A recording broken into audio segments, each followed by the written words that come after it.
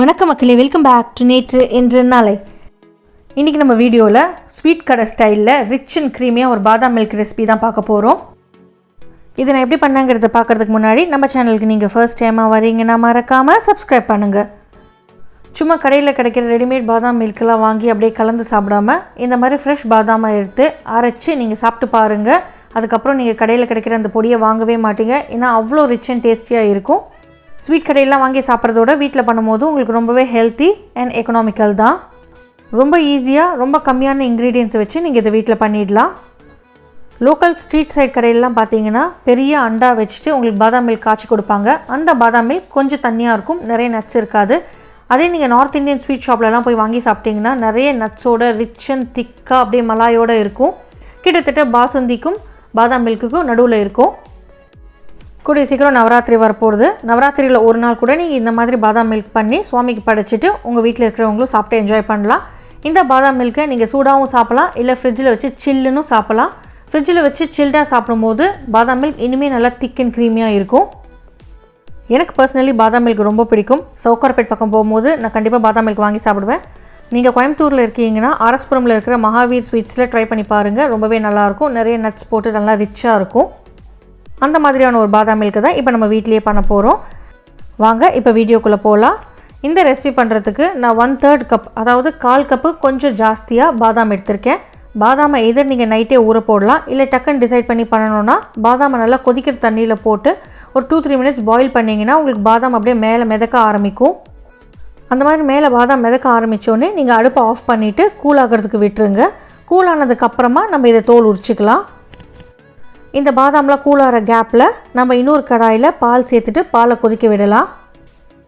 இந்த ரெசிபி பண்ணுறதுக்கு நான் இன்றைக்கி 1 லிட்டர் ஃபுல் க்ரீம் மில்க் எடுத்திருக்கேன். குறுகின பாத்திரத்தில் நீங்கள் பாயில் பண்ணிங்கன்னா உங்களுக்கு பால் ரெடியூஸ் ஆகிறதுக்கு ரொம்ப நேரம் எடுக்கும். அதாவது பால் சீக்கிரம் சுண்டணுன்னா உங்கள் பாத்திரம் நல்லா வைடாக இருக்கணும். நான் இன்றைக்கி வைடாக இருக்கிற இரும்பு கடாய் தான் யூஸ் பண்ண போகிறேன். வைடாக இருக்கும் போது உங்களுக்கு எவாப்ரேஷன் ரொம்ப ஃபாஸ்ட்டாக நடக்கும். அதனால் உங்களுக்கு பால் சீக்கிரமே சுண்டி திக்காகும். பால் ஒரு பக்கம் கொதிச்சிட்டு இருக்கட்டும், அதுக்குள்ளேயே நம்ம பாதாம் பேஸ்ட் ரெடி பண்ணிடலாம். நம்ம வேக வச்ச அந்த பாதாம்லாம் தோலை உரிச்சிட்டு நீங்கள் மிக்ஸி ஜாரில் சேர்த்துக்கோங்க. அது கூடவே ஒரு சிட்டிகை அளவுக்கு கொஞ்சம் தாராளமாகவே நம்ம குங்குமப்பூ சேர்த்துக்கலாம். இது கூடவே ஒரு 1/2 டீஸ்பூன் அளவுக்கு ஏலக்காய் பொடி, 1 கப் பால் சேர்த்துட்டு நல்லா நைஸாக அரைச்சி எடுத்துக்கலாம். பாதாம் நல்லா வெந்துடுத்து இல்லைன்னா ஊறிடுத்துனா தான் உங்களுக்கு தோல் ஈஸியாக உரிக்க வரும்.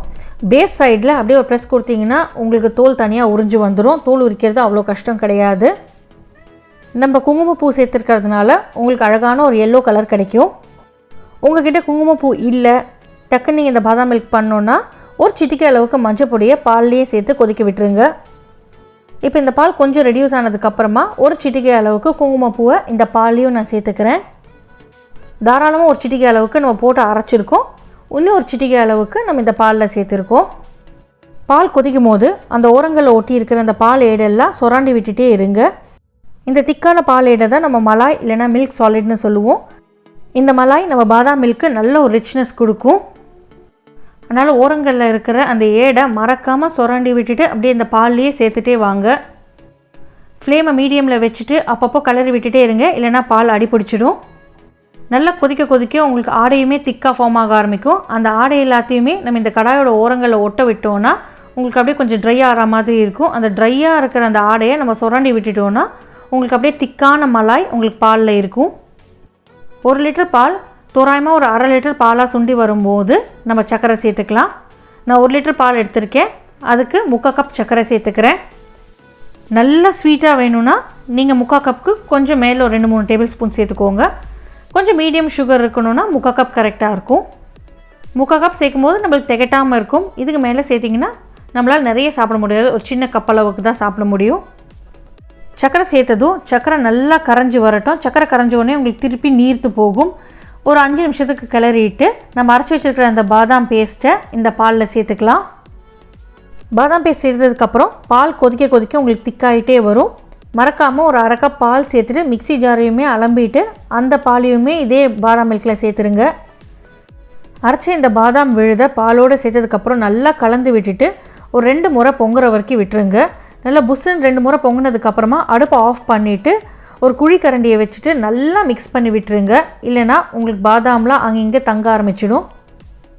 அவ்வளோதாங்க, நம்மளோட பாதாம் மில்க் ரெடி. சூடாக சர்வ் பண்ணுறீங்கன்னா அப்போவே ஒரு கிளாஸில் மாற்றிட்டு சர்வ் பண்ணலாம். இல்லை சில்டாக சர்வ் பண்ணுறீங்கன்னா நீங்கள் நட்ஸை மிக்ஸ் பண்ணிவிட்டு ஃப்ரிட்ஜில் போட்டிங்கன்னா நல்லா சில் ஆகிடும். பால் சம்மந்தமான பொருட்கள் யூஸ் பண்ணுறதுனால கொதிக்க வைக்கிற கடாய், கரண்டி, டம்ளர் எல்லாமே நல்லா க்ளீனாக இருக்கணும். டம்ளரில் பாதாம் மில்க் சேர்த்துட்டு மேலே கொஞ்சமாக அந்த மலாயை சேர்த்துட்டு அதுக்கப்புறமா ட்ரை ஃப்ரூட்ஸ் இல்லைன்னா நட்ஸை டாப் அப் பண்ணிவிட்டு சர்வ் பண்ணுங்கள். சாப்பிட்றதுக்கு ரொம்பவே நல்லாயிருக்கும். நான் சாப் பண்ண பிஸ்தா, கேஷ்யூஸ், ஆல்மண்ட்ஸ் சேர்த்துருக்கேன். ட்ரை பண்ணி பாருங்கள். தேங்க்ஸ் ஃபார் வாட்சிங்.